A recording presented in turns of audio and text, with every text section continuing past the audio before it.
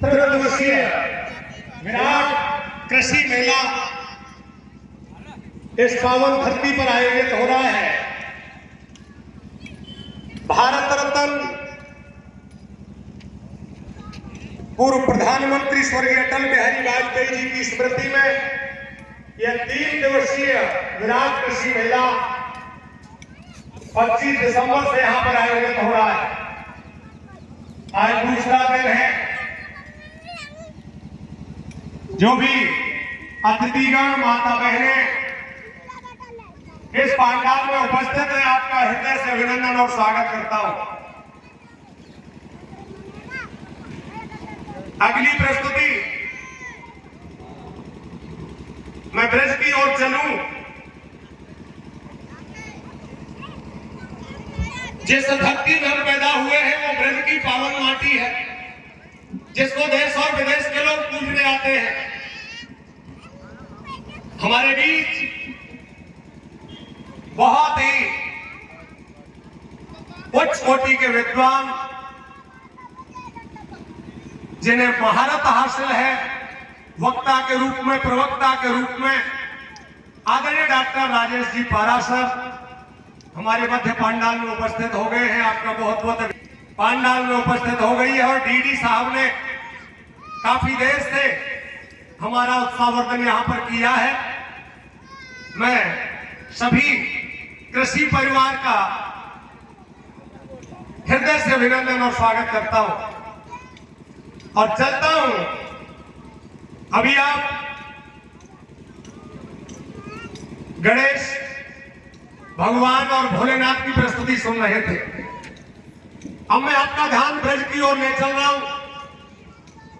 आदरणीय खान साहब बहुत वरिष्ठ वैज्ञानिक हैं, पंडाल में उपस्थित हो गए हैं। बहुत बहुत अभिनंदन, बहुत बहुत स्वागत। इस पावन पंडाल को पुनः नमन करता हूं। जिस ब्रज की धरती में हम पैदा हुए हैं, ब्रज के महानायक श्री कृष्ण भगवान और राधा मैया के चरणों में नमन करता हूं। जिस धरती की रज को हम चंदन समझकर माथे पे तिलक करते हैं, जिस धरती की हम नंगे पैरों से परिक्रमा करते हैं, इसमें ट्रैवल डालो, ट्रैवल है, वेट बोलो। जिस धरती की याद स्वयं कृष्ण भगवान को आ गई थी, उस ब्रज की गज को नमन करता हूं। जब कन्हैया ब्रज में थे तो गोपियां शिकायत करती थी कि ये बहुत नटखट है, चोरी करता है। और जब कन्हैया ब्रज में से चले गए तब भी गोपियां शिकायत करती थी कि ये बहुत धोखेबाज है। वर्षों में वर्षों बीत गई है, लौट कर नहीं आया। हमेशा ब्रज में शिकायत रही है कन्हैया की।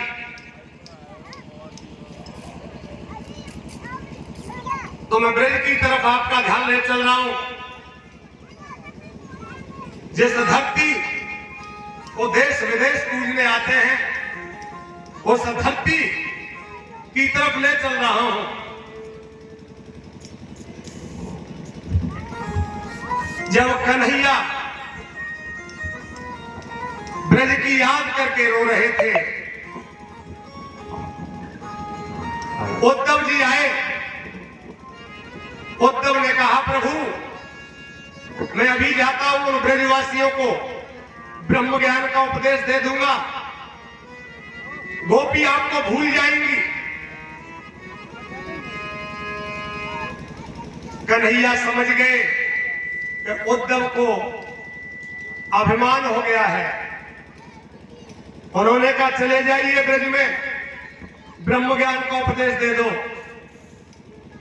उद्धव जी ब्रज में चले आए और गोपियों से कहा कि तुम बड़ी भोली है, बड़ी बावली है।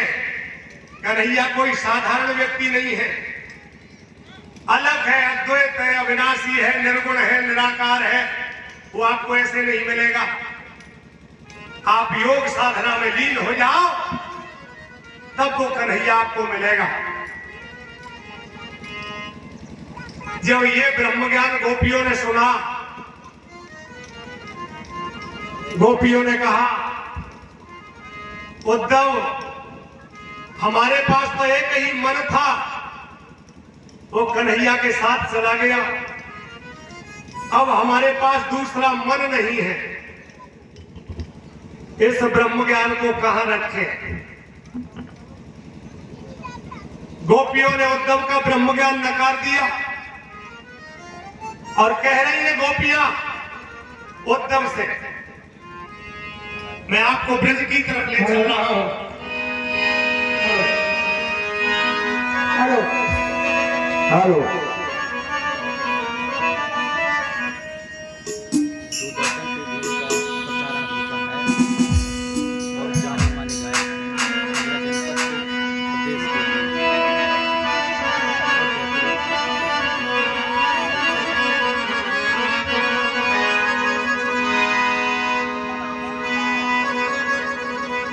कहा गोपियों ने, उद्धव इस ज्ञान को अपने ही पास रखो,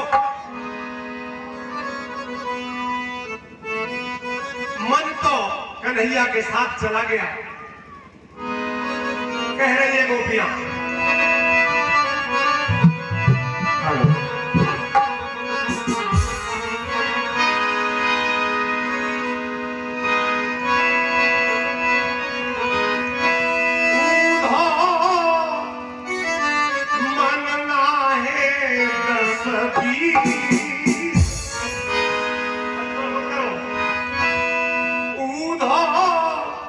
मनना है 10-20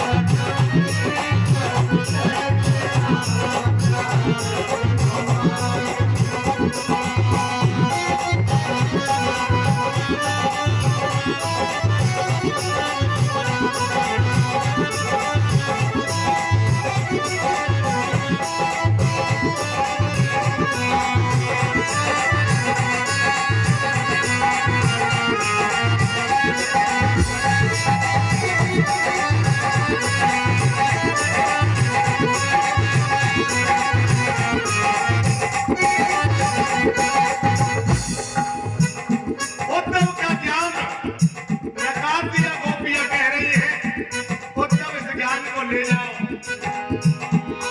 मोहन बिन चैन नहीं है, सब इंद्री शिथिल भई है।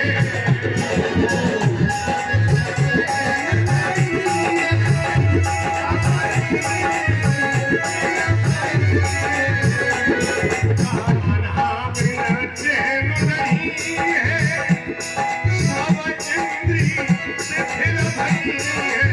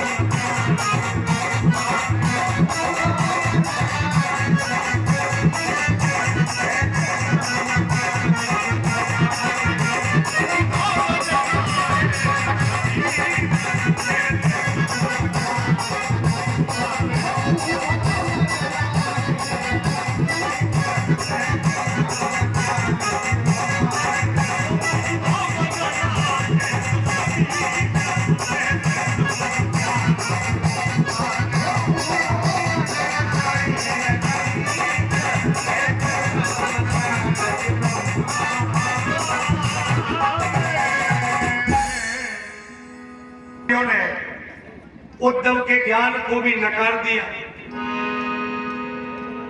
उद्धव का ज्ञान फेल हो गया। ऐसा ब्रज जब कन्हैया ब्रज में थे तो गोपियां कहती थी कि ये नटखट है, चले गए तो कहती थी धोखेबाज है।